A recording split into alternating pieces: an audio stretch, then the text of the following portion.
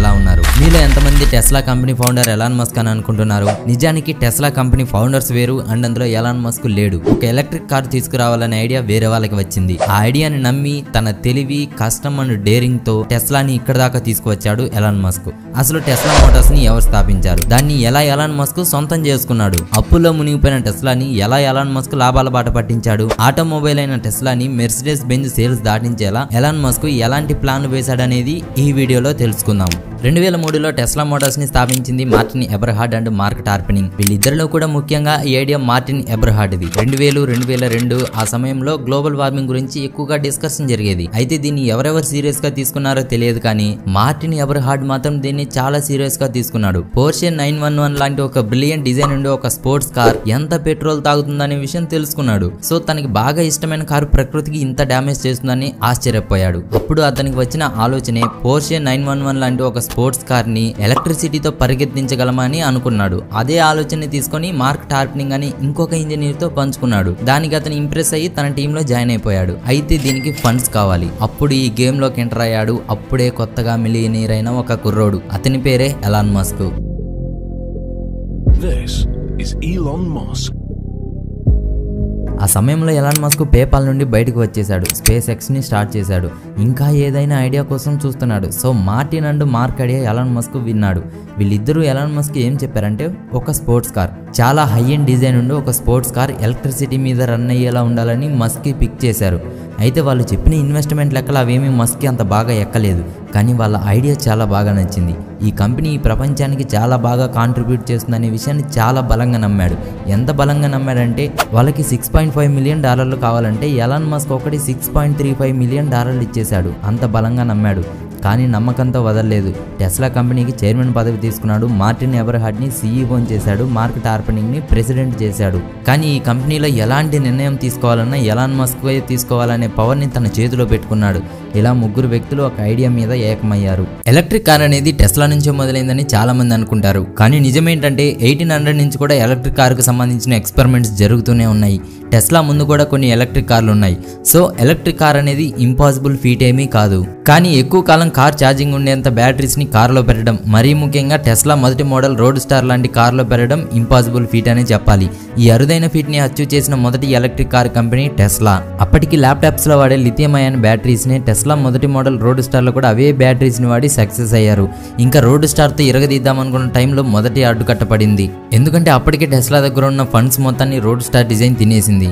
Road star మొదటి prototype అవ్వకముందే Tesla దగ్గర ఉన్న బడ్జెట్ మొత్తం అయిపోయింది. అయితే ఎలాన్ మస్క్ కి ముందు నుంచే ఇంకొక ఐడియా ఉంది. రోడ్ స్టార్ లాంటి స్పోర్ట్స్ కార్ చాలా కాస్ట్లీ, ఇది కమర్షియల్ గా ఎంత సక్సెస్ అవుతుందనే డౌట్ ఎలాన్ మస్క్ కి ముందు నుంచే ఉంది. ఎలాన్ మస్క్ కి ముందు నుంచి ఒక లగ్జరీ సెడాన్ ని తయారు చేయాలి, దానికి డెఫినెట్లీ సేల్స్ ఉంటాయి అండ్ దానికి ఫండ్స్ కూడా బాగా వస్తుందని తన టీమ్ ని మోడల్ ఎస్ ని డిజైన్ చేయమని చెప్పాడు. ఈ ఐడియాని తీసుకుని ఎలాన్ మస్క్ ఫండింగ్స్ కోసం తిరగడం స్టార్ట్ చేశాడు.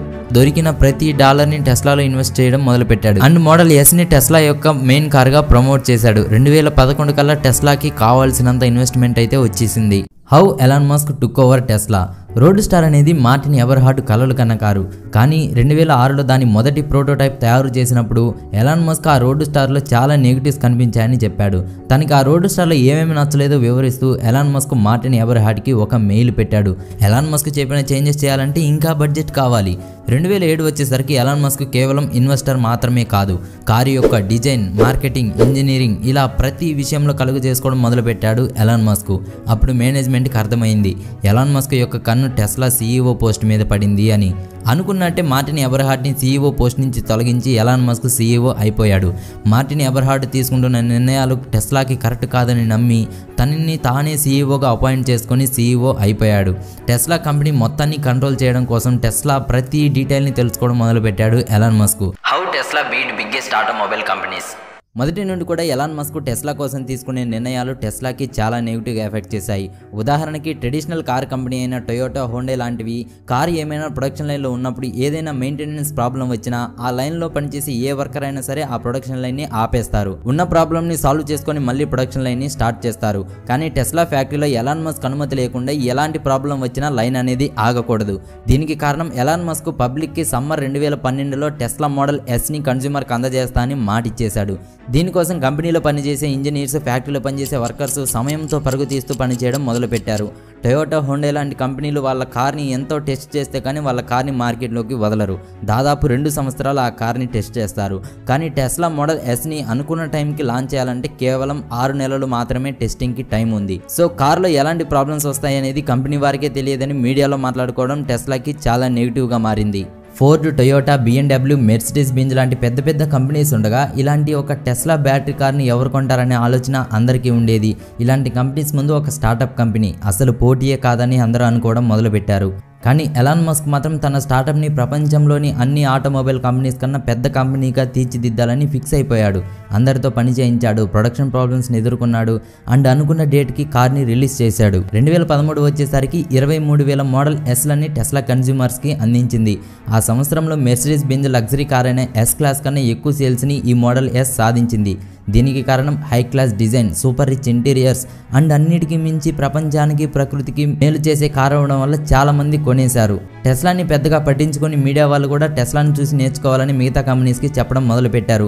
టెస్లా లాంటి ఎలక్ట్రిక్ కార్స్ని మిగతా కంపెనీస్ కూడా తయారు చేయాలని టెస్లాని ఆకాశానికి ఎత్తేశారు.